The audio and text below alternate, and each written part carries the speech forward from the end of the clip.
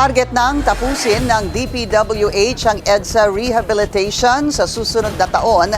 Sa kanyang inspeksyon kanina, nagkomento si Secretary Vince Dizon sa mga issue kaugnay sa 2019 SEA Games at flood control scandal. Ang detalye sa agenda report ni Micah Razon. Kampante raw si DPWH Secretary Vince Dizon sa gitna ng pagkakadawit niya sa umano'y mga anomalya sa 2019 SEA Games na ginanap sa bansa. 2021 pa yan na-dismiss eh. May nagkaso na dyan eh. Laban sa akin, laban sa iba't ibang mga opisyales, pero na-dismiss na yan December 2021 pa. Malinis ang konsensya natin at naniniwala tayo na napakaayos ng mga facilities na yan at napakaayos ng pagkagawa. Handa rin daw ang kalihim na sumipot sa mga pagdinig kung ipapatawag siya. Unang-una, makakasang loob natin at talagang napakaganda ng mga facilities na yon. Nakita nyo naman, nagbigay yan ng pride sa atin nung SEA Games noong 2019. Pati mga dayuhan, pati mga taga-Singapore, pinupuri yan. Tapos, ang nakakatuwa, ginagamit yan ng mga atleta natin.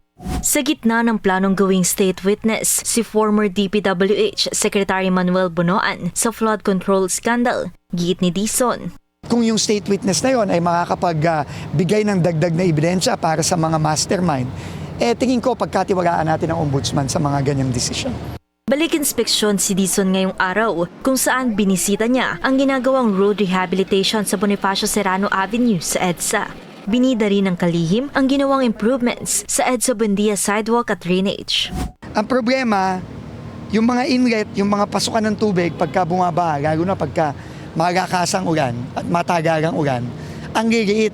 So ngayon, dodoblein, titriplein namin yung laki para mas mabilis yung pasok ng tubig sa mga drainage. So, siklista, pedestrian, safe na rin. So, yan ang gagawin natin sa buong EDSA. Gagaparan natin. Inaasahang makukumpleto ang road rehabilitation at sidewalk improvements sa kahabaan ng EDSA sa susunod na taon. Para sa agenda, Micah Razon, Billionaire News Channel.